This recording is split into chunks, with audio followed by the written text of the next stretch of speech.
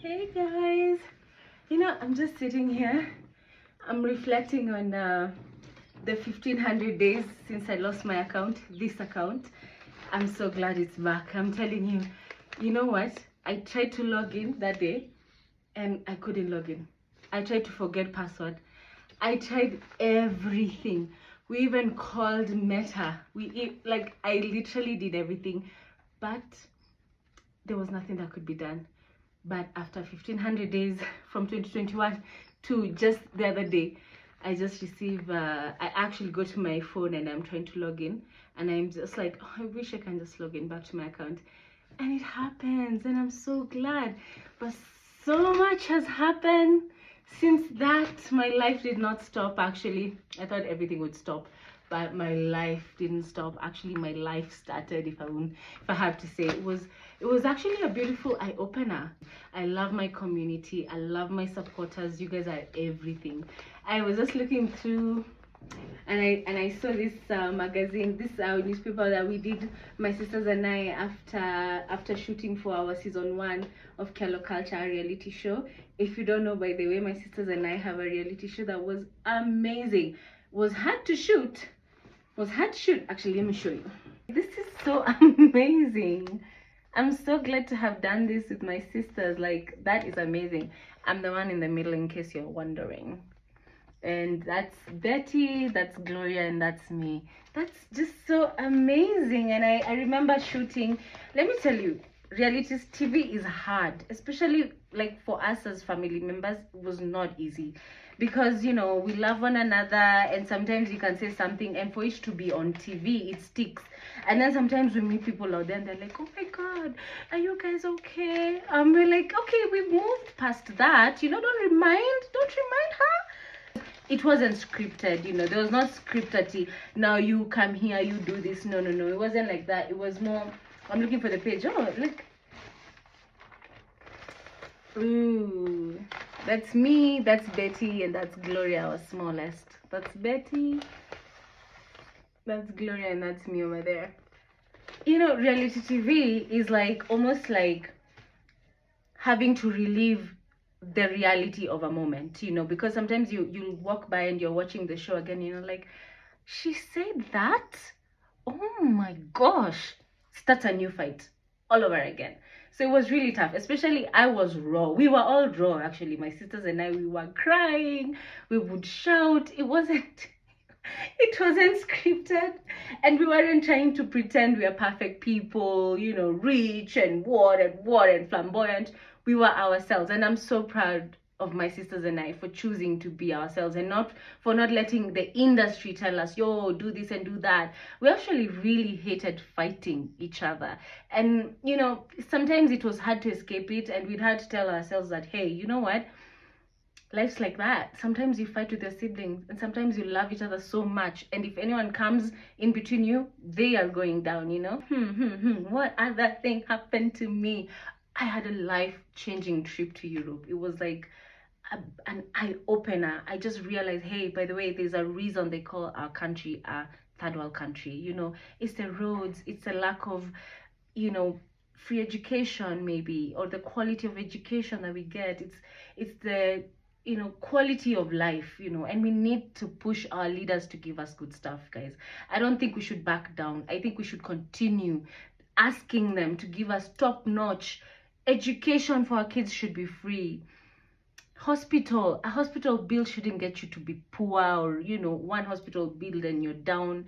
Hospitals should be free.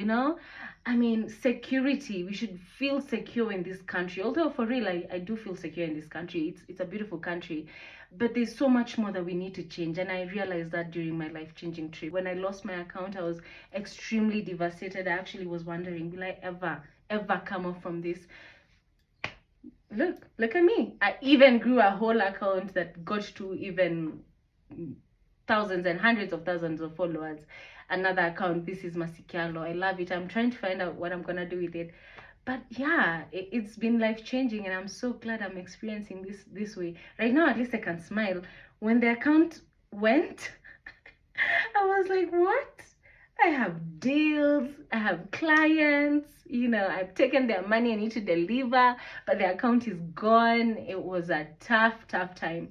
But we are meant for this. We are meant for tough things. And other than that, I also got engaged and got married. Sharia House. It was a beautiful event. I think I will invite him for a pillow talk, and we can come and have a conversation about our wedding. It was quite beautiful, simple, lovely.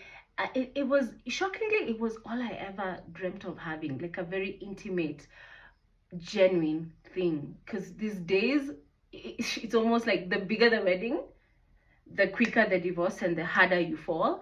Well, I'm not going to say that it's not for everybody. It's just that sometimes we have over commercialized the wedding, and you forget that you're celebrating a marriage, and the celebration is of the marriage. It's not really of the day on the wedding. Nothing was going to stand in our way. It was all about, you know what, we've decided to do this and we are going to do this, and it was so beautiful. So yeah, that's happened. Oh, update on Yalo. We closed the shop at Roslyn Riviera Mall. I think I realized how the impact of online. I realized how big our online market is, how reliable the online market is. Just our online presence works for us so well. So I was like, you know what? It's a business decision.